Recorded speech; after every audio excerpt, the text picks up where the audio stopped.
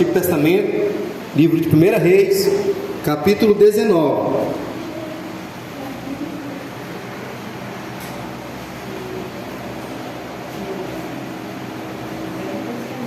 Primeira Reis, capítulo 19.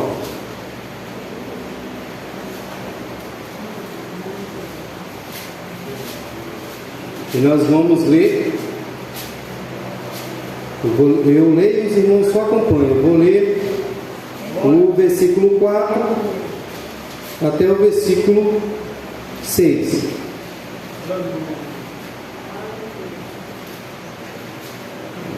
Melhor dizendo, até o 7.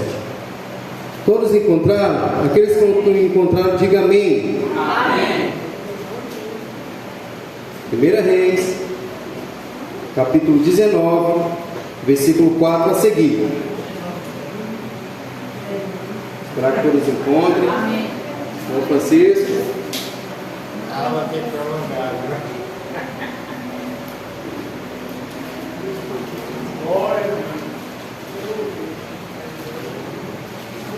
Esperar que todos encontrem para juntos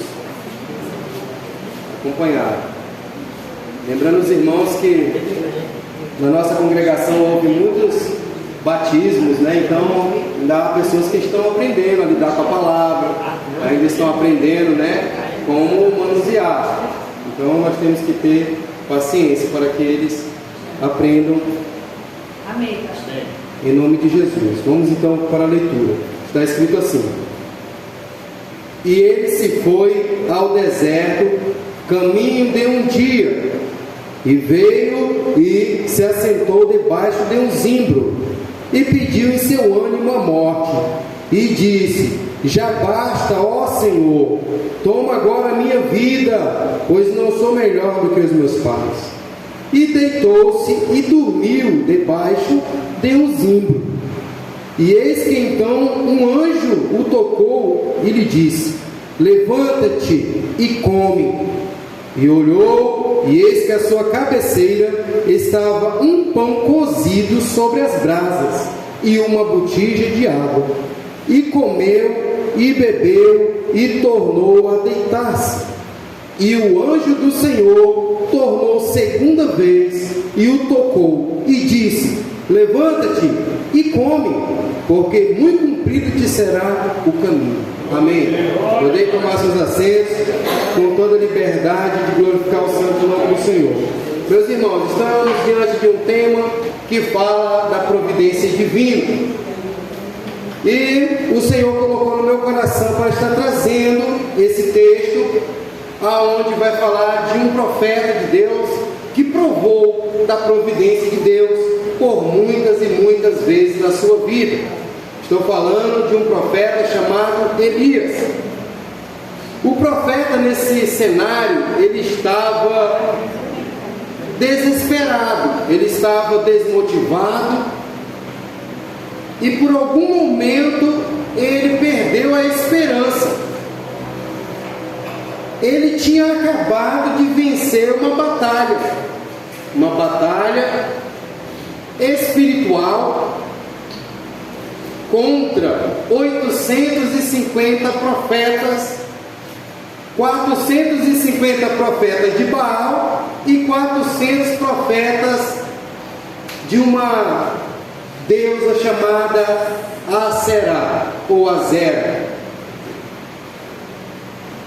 O reino de Judá estava totalmente contaminado com a idolatria. A idolatria chegou no país, se instalou através da mulher do rei chamado Acabe, uma mulher que se chamava Jezebel, e trouxe a idolatria do país da Fenícia. Então o povo se corrompeu. O profeta Elias, vendo aquela questão que o povo estava corrompido, ele confrontou o rei e sua rainha, ao ponto de dizer que não iria chover naquela terra durante 3 anos. E assim sucedeu. E a rainha, indignada por essa atitude, matou muitos profetas que habitavam naquele lugar, porque no tempo de Elias havia uma escola de profetas, né? Era como se fosse aqui uma escola de pastores, um curso teológico, onde todos ali vão aprender e se aprimorar na palavra de Deus. Havia então a escola dos profetas naquele tempo. Então havia muitos outros profetas, mas Elias era um profeta líder. Ele era separado por Deus de forma diferenciada dos outros. Então Elias sai da cidade, e quando Elias sai da cidade, a profecia se cumpre. A terra começa a ficar seca e sem água, toda planta começa a morrer, as plantações, e o povo começa a sofrer a consequência. E Elias vem então provar da providência divina. Deus manda ele ir para um lugar perto de um riacho chamado Querite, e ali ele fica por um determinado tempo para beber água, e o Senhor iria mandar providência para ele. O Senhor mandava pão e carne todos os dias. Agora, irmãos, Deus tem a forma de trabalhar nas nossas vidas. É interessante como é que chegava o pão e a carne para Elias ali naquele lugar.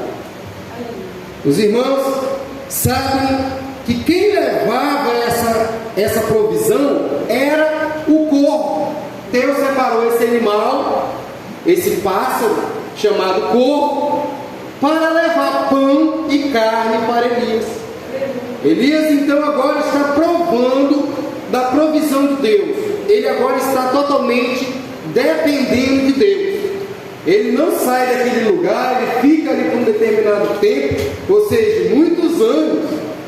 Elias não fica um dia, 2 dias, 15 dias, porque a seca durou 3 anos. A Bíblia não diz o tanto de tempo exatamente que ele ficou ali no rio Querite, mas a Bíblia diz que Deus cuidou dele, para que ele não perecesse, para que ele tivesse alimento, e todos os dias Deus mandava a provisão para a vida de Elias.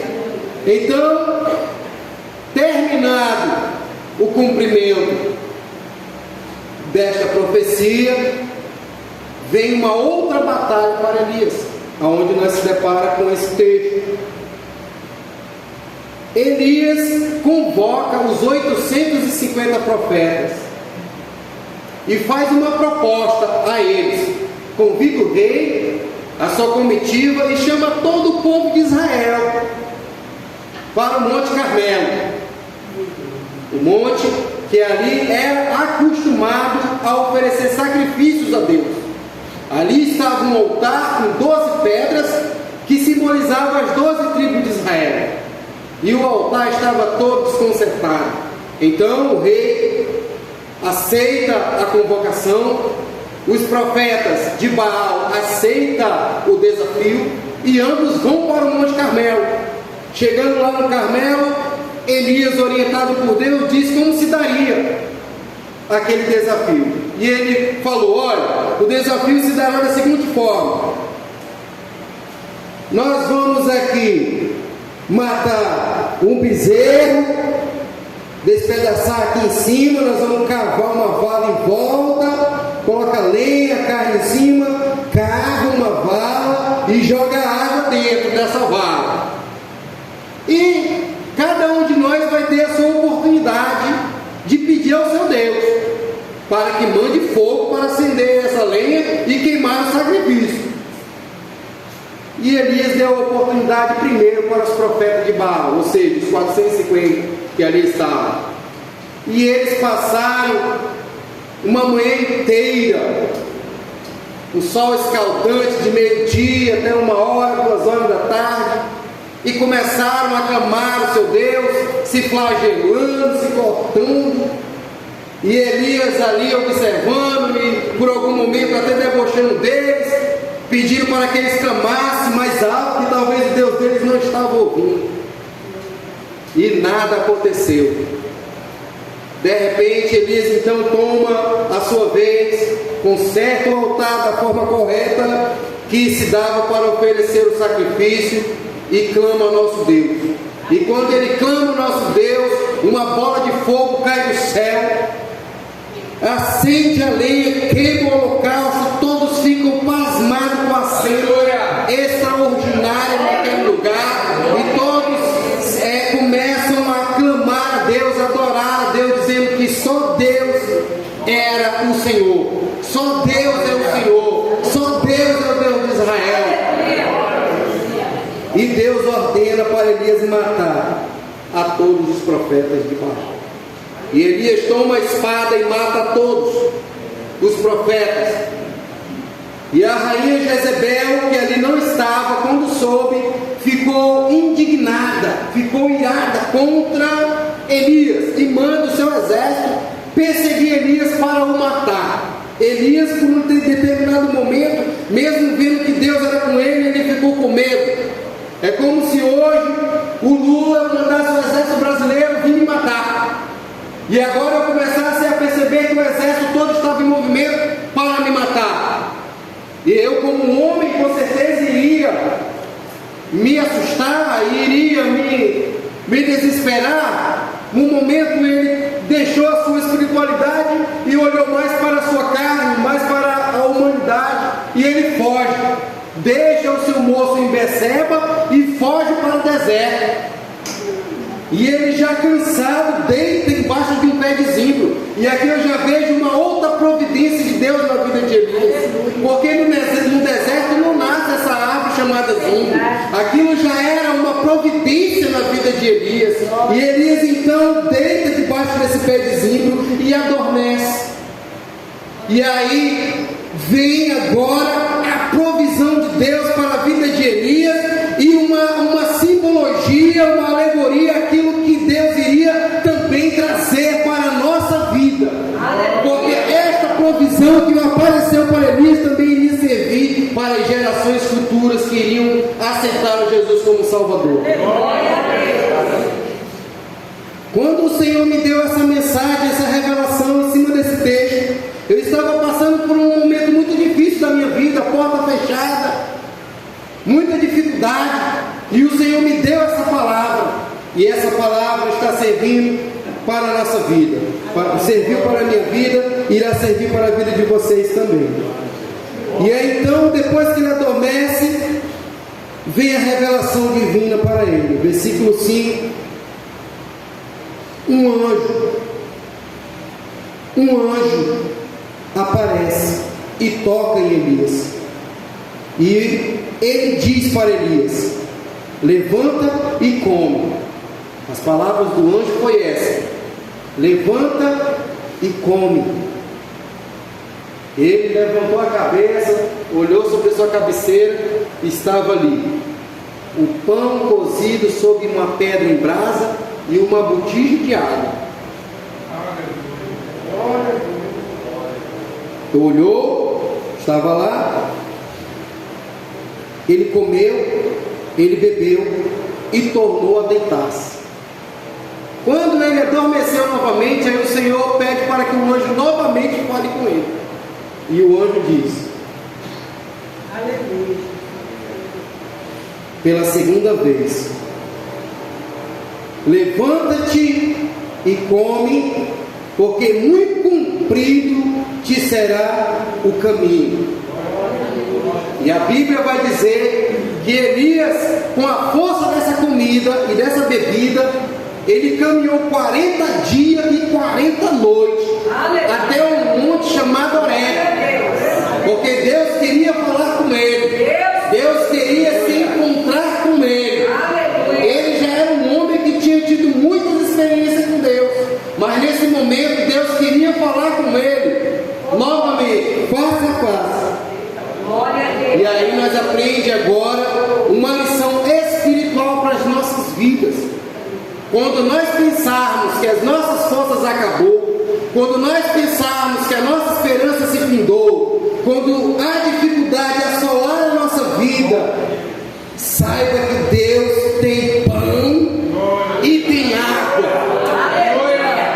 Um exército só vence uma batalha se tiver suprimento, pão e água. Ele pode ter ali containers de munição, mas se não tiver pão e água, o exército não consegue caminhar, não consegue guerrear e muito menos vencer a batalha. E Deus sabe disso na nossa vida. Glória a Deus.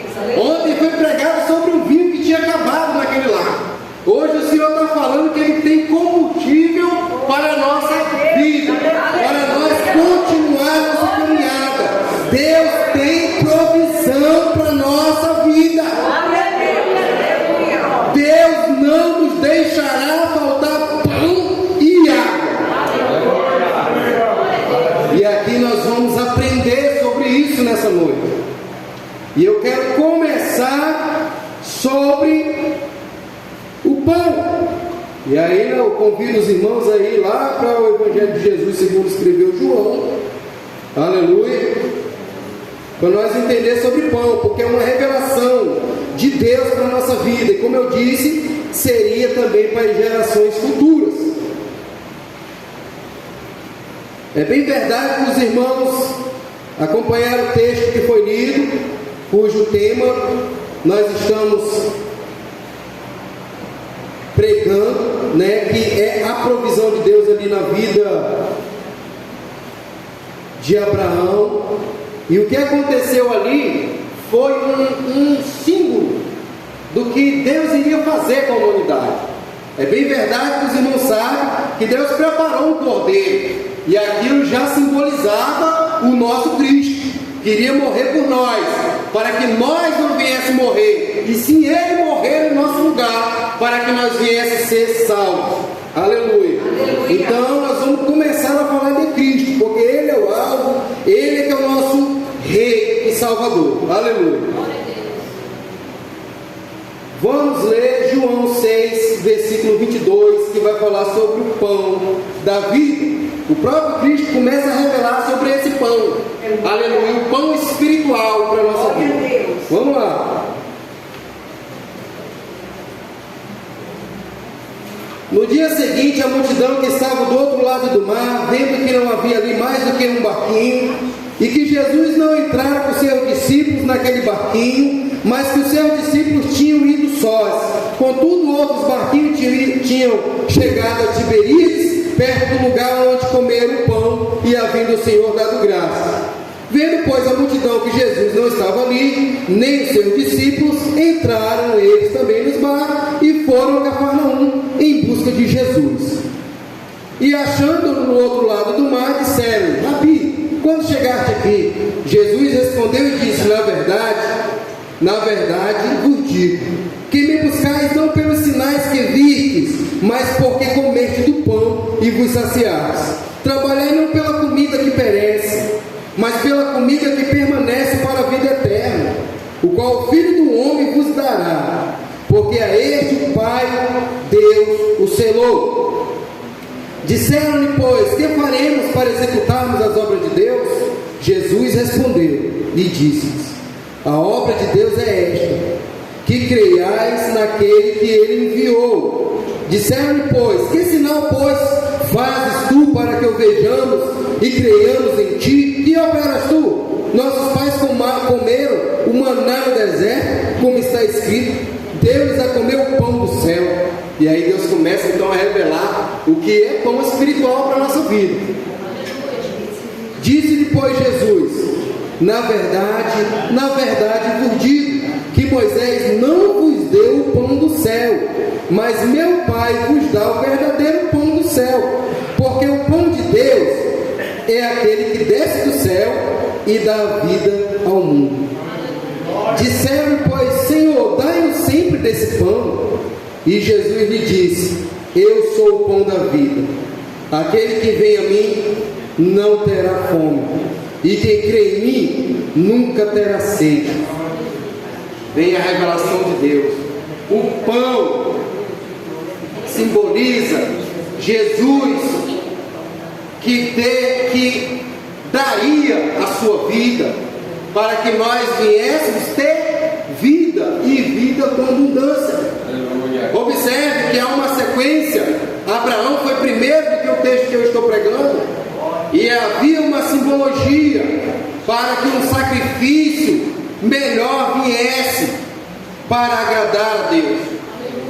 Muitos anos depois, Deus mostra novamente, através desse profeta, que Ele é a provisão para a nossa vida, que o pão que desce do céu, que dá vida ao mundo, não foi o maná lá no deserto, mas Ele estava explicando agora é o pão verdadeiro que dá vida ao mundo. Eu sou o pão. Ele estava falando dele mesmo. Olha, daqui a pouco eu vou oferecer o meu corpo pela vida de vocês. Olha, daqui a pouco esse corpo será maltratado, assim como a massa é para fazer o pão, porque Ele pegou o pão para simbolizar. Observe que na ceia Jesus também pegou o pão em símbolo do seu corpo entregue em sacrifício, e nós sabemos que a massa do pão sofre por algum tratamento maltratado, né, irmão Francisco? Irmão Francisco que é padeiro, sabe?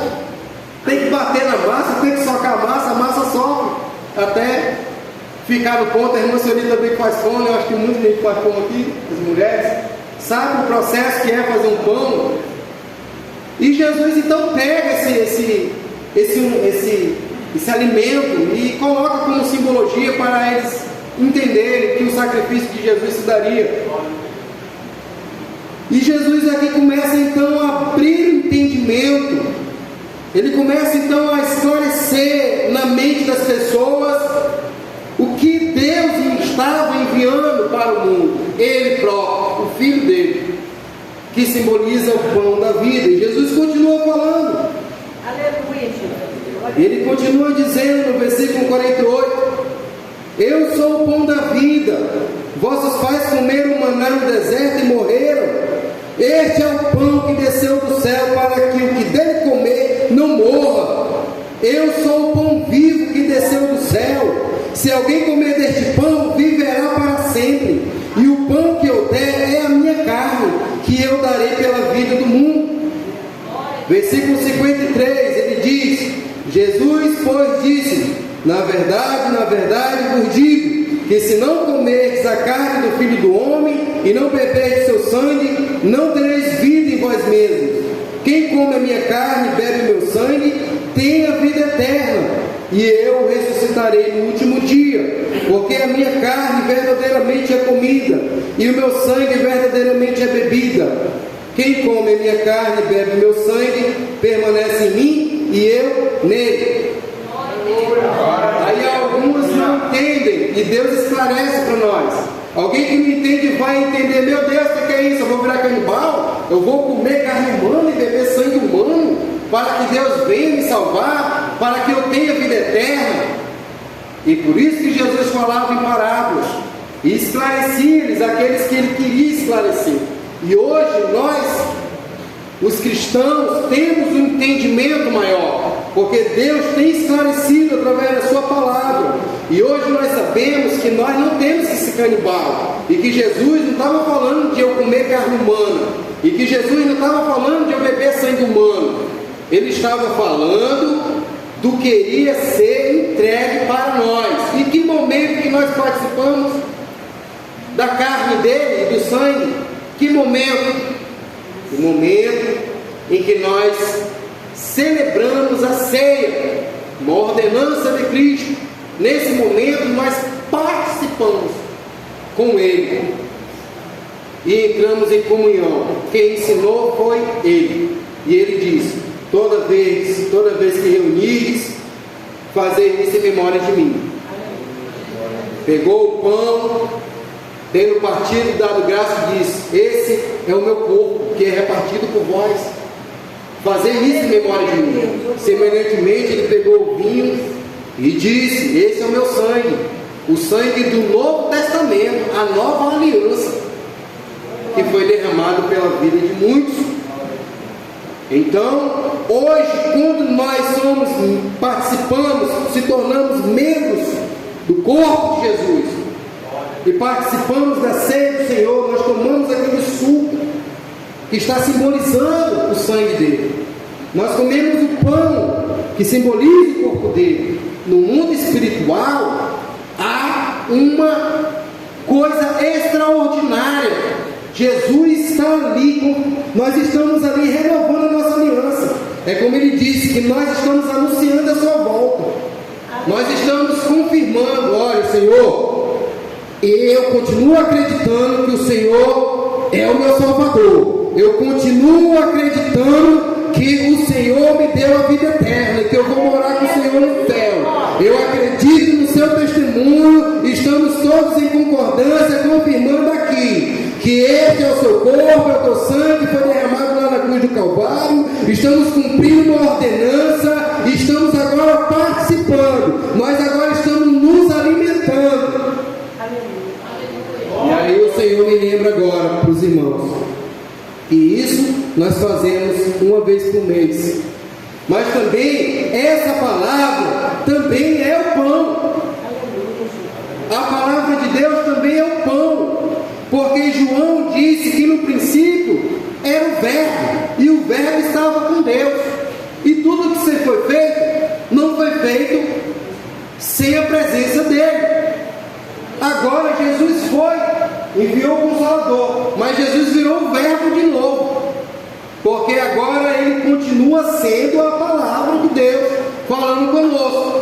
O verbo se fez carne e habitou entre os homens, mas agora Jesus subiu e a palavra ficou, aleluia, para nos orientar. Então esta palavra é o pão também para a nossa vida, o pão diário, é nela que nós nos alimentamos, aleluia. É aqui que está a provisão também divina para a nossa vida espiritual. A providência de Deus para a nossa vida, ela atende tanto o espiritual como o material. A providência de Deus significa Deus presente na nossa vida. Isto é a provisão de Deus. O que seria a provisão de Deus? Deus presente na nossa vida. Observe, o profeta estava ali. Deus veio com a provisão espiritual para a vida dele, para animá-lo, para a sua fé ser renovada e também alimentar o seu corpo, porque Deus sabe que nós precisamos de se alimentar também o corpo. Então Deus simbolizou ali o sacrifício, a provisão, e deu força para Elias. E Elias vai e caminha 40 dias e 40 noites. E eu fui calcular mais ou menos o tanto que a pessoa pode se caminhar durante um dia sem se cansar. O homem consegue caminhar sem se cansar 15 km, 20 km por dia, tranquilamente. E eu fui calcular e vi que a distância mais ou menos que Elias caminhou foi 450 quilômetros. 450 quilômetros é uma distância daqui para Guajará-Mirim. É uma caminhada, né? É uma caminhada até boa, né? Se você for caminhar até Ribeirão, então até Guajará-Mirim dá uns 300 quilômetros. Aí de Goiânia e Ribeirão até 90. É 90, então vai chegar aos 400 quilômetros mais ou menos, né? Então a caminhada que ele fez foi mais ou menos 450 quilômetros de caminhada. Observe que esse número tem um mistério de Deus, porque Jesus jejuou 40 dias e 40 noites. Moisés subiu para o monte para pegar as placas do mandamento, foi 40 dias e foi 40 noites. Aí agora essa provisão de Deus fez ele caminhar 40 dias e 40 noites. Glória a Deus. Há um mistério de Deus nessa caminhada, porque Deus quer que nós tenhamos experiência. Aleluia, Jesus falou para o anjo, e o anjo disse para Elias: come e bebe, porque o teu caminho é cumprido. Ou seja, Elias achava que estava só e que tudo já tinha se acabado.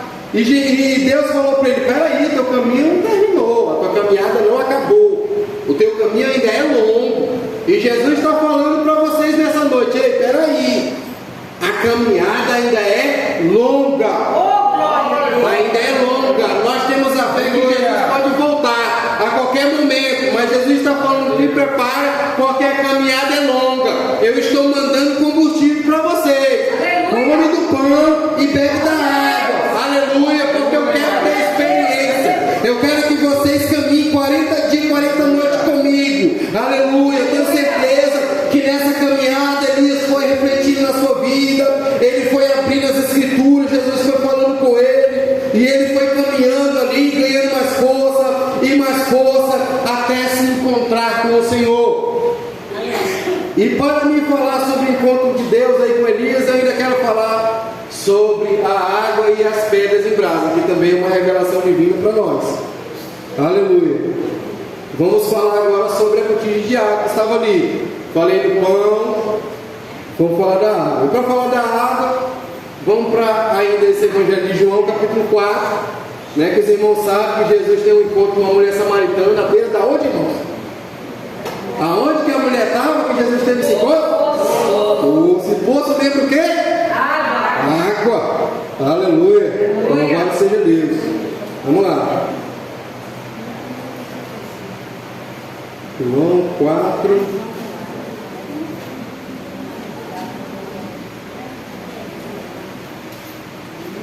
Vou ler do 9 em diante. Vamos lá. Jesus despede os discípulos, ele quer ter um particular com essa mulher.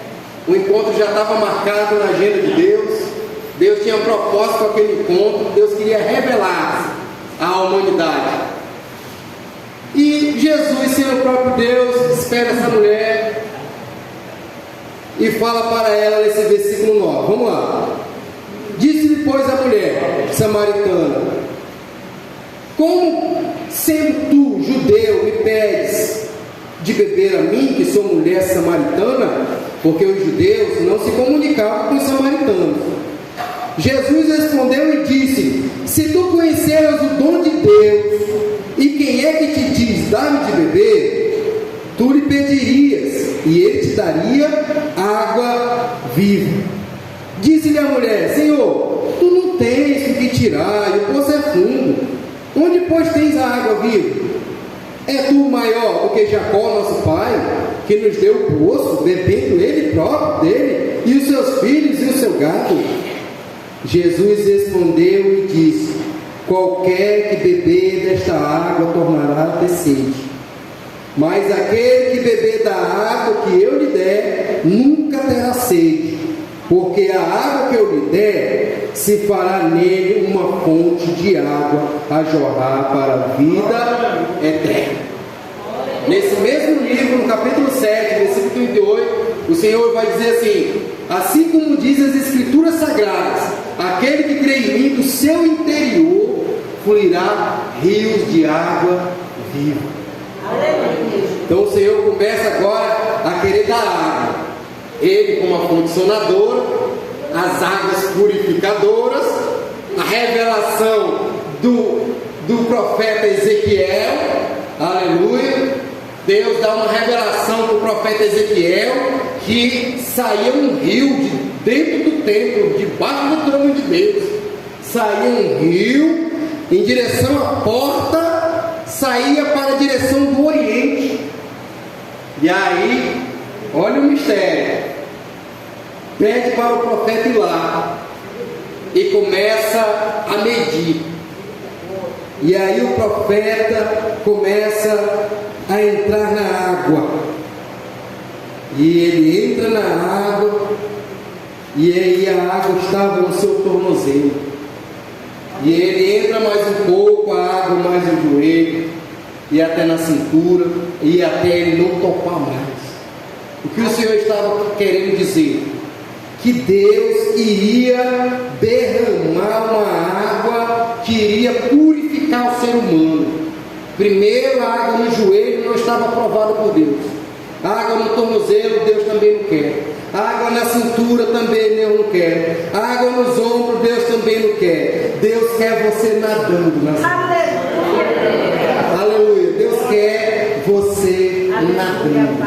Quem já nadou no rio? Quem já nadou aqui em um lugar que a água é bem limpinha e que você mergulha, você se sente leve naquela água?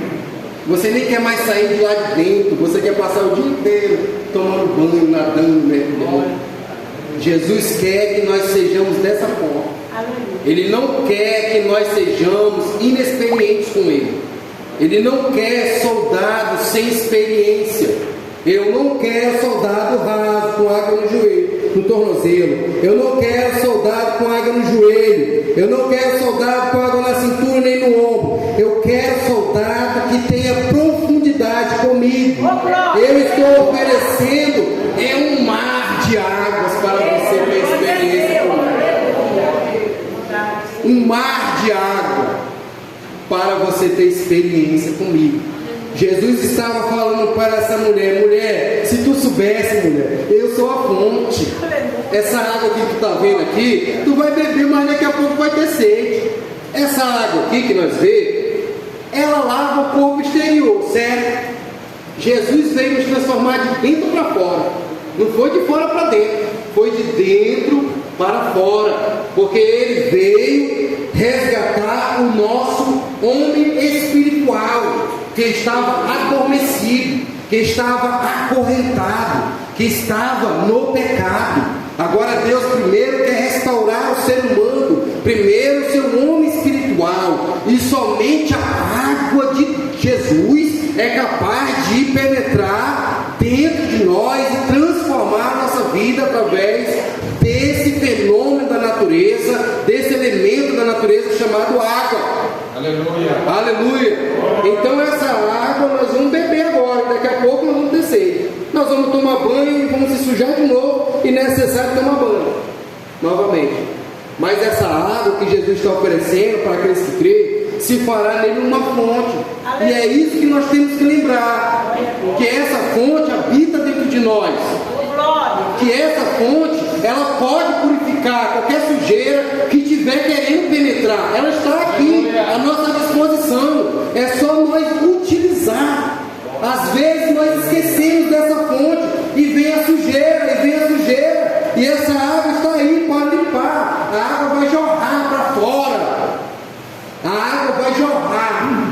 Ou seja, Jesus falou que a fonte iria jorrar. Então jorrar é o que? É um olho d'água, certo? Que mina para fora, a água que jorra para cima, porque transborda. Eu expliquei uma certa feita aqui na escola bíblica dominical. Nós ilustramos, fizemos uma dinâmica e tingimos a água aqui com pó de café, e aí pegamos uma jarra e começamos a derramar na água suja, e começou a jorrar, né? E à medida que ia jorrando, a água suja saía e só fica limpa, porque a limpa tinha mais água. E aí Jesus faz isso na nossa vida. Essa fonte serve para purificação. Aleluia. E a mulher fica maravilhada com aquilo.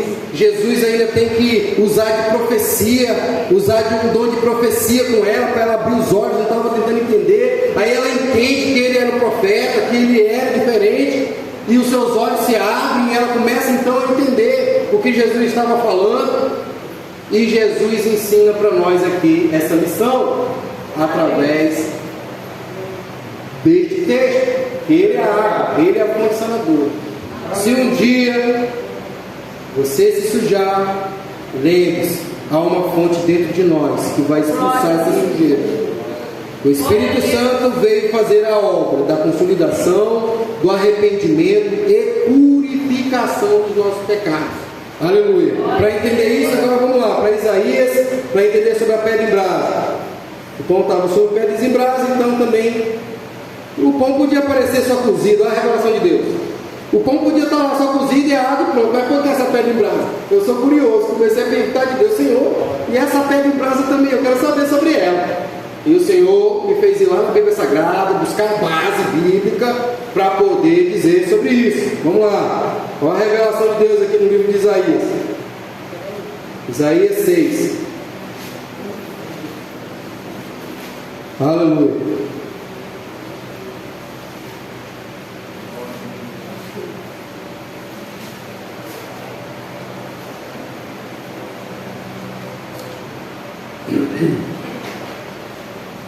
Isaías diz assim: no ano em que morreu o rei Uzias, eu vi ao Senhor assentado sobre um alto e sublime trono, e o seu séquito enchia todo o templo. Os serafins estavam acima dele, cada um tinha 6 asas, com 2 cobriam o rosto, e com 2 cobriam os pés, e com 2 voavam, e clamavam uns para os outros, dizendo: Santo, Santo é o Senhor dos exércitos, toda a terra está cheia da sua glória. E os umbrais das portas se moveram com a voz do que clamavam, e a casa se encheu de fumaça. Então disse eu: ai de mim, que vou perecendo, porque eu sou um homem de lábios impuros, e habito no meio de um povo de impuros lábios. E os meus olhos viram o Rei, o Senhor dos exércitos. Mas um dos serafins voou para mim, trazendo na mão uma brasa viva. Uma brasa viva, que tirara do altar com uma tenaz, e com ela tocou em minha boca, e disse: eis que isto tocou os teus lábios, e a tua iniquidade foi tirada, e purificado o teu pecado. A provisão de Deus vem completa para a nossa vida. Jesus olhou para Elias, viu a sua falha humana, mas ele manda a provisão, manda o pão, manda a água, e ainda diz assim: os teus pecados estão perdoados. Eis que agora eu toco na sua vida, purifico ela, para que você possa continuar caminhando. Para nós é da mesma forma. Já aceitamos Jesus como Salvador, já batizamos na água, agora nós estamos na caminhada da fé. E nessa caminhada da fé há muitos obstáculos, há muitas falhas no meio desse caminho. E no meio desse caminho eu posso até pecar com palavras, com atitude, alguma coisa pode acontecer. Mas Jesus está nos lembrando que nesse momento nós temos água, nós temos pão, e Deus está disposto a nos purificar do nosso pecado. Aleluia! Porque a Bíblia diz que aquele que confessa e deixa alcança misericórdia. Então, a misericórdia do Senhor são as causas de nós não sermos destruídos. Aleluia! Muitas das vezes na minha oração eu oro a Deus e digo: Senhor, muito obrigado pela tua muita paciência, porque Deus tem tido muita paciência com cada um de nós. Aleluia. Porque nós seres humanos não somos fáceis. Dois já estou chutando balde, dois já estou querendo voltar atrás, já estou querendo trazer o velho homem está lá, já jogou lá no lago do esquecimento, está para lá, já não existe mais, mas eu quero trazer ele para cá de novo.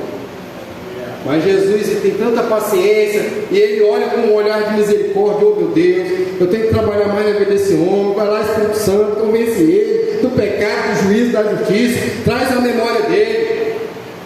E muitas das vezes nas minhas orações para as pessoas que distanciam do caminho do Senhor, eu oro dessa forma: Senhor, faz eles lembrar do momento bom que eles tiveram na sua presença, faz eles lembrar de tudo que o Senhor fez na vida deles, Senhor. E começa a orar dessa forma, porque as misericórdias do Senhor é as causas que nós temos consumido. Amém? Então aqui Deus traz a revelação sobre essas pedras em brasa, que simboliza a misericórdia de Deus e purificação dos nossos pecados. Amém? Vamos ficar de pé nesse momento, já quero encerrar, fazendo a conclusão.